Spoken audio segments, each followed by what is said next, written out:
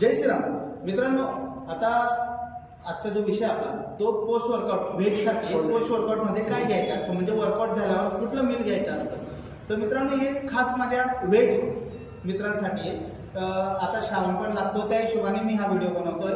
तर तुम्ही जसं तुमचा वर्कआउट झाला तर तुम्ही घरी जातात, घरीमध्ये भरपूर जण प्रोटीन इंटेक करत नाही, म्हणजे बाहेरचं जे प्रोटीन असतं पावडर वगैरे तुम्ही सांगतात ते तुम्ही घेत नाही। तर त्यासाठी तुम्हाला काय घ्यायचं आहे याबद्दल एकदम सिंपल मी गोष्ट सांगणार आहे। सोयाबीन सर्वांना माहिती असतं। काय करायचं, तुम्हाला 100 ग्रॅम हे सोयाबीन घ्यायचे, 100 ग्रॅम मध्ये 52 ग्रॅम प्रोटीन हे असतं। तर तुम्हाला 100 ग्रॅम सोयाबीन घ्यायचे। ते कशा पद्धतीची त्याची रेसिपी मी तुम्हाला सांगून देणार आहे। तर ती तुम्हाला काय करायचे, कढई घ्यायची, कढईमध्ये थोडंफार मामूली प्रमाणात तेल टाकायचे।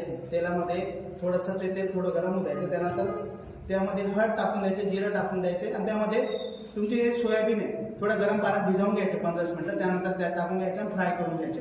ते तसं झालं तुम्ही ते काढून सोयाबीन हे 100 ग्रॅम तुम्ही इंटेक करा, तुम्हाला 52 ग्रॅम हे प्रोटीन त्यातून भेटेल। आणि हे पोस्ट वर्कआउट मीलसाठी खूप बेस्ट आहे। श्रावण लागतो त्यामुळे हा व्हिडिओ बनवण्यात आलेला आहे आणि हे माझ्या व्हेज मित्रांसाठी। जय श्रीराम।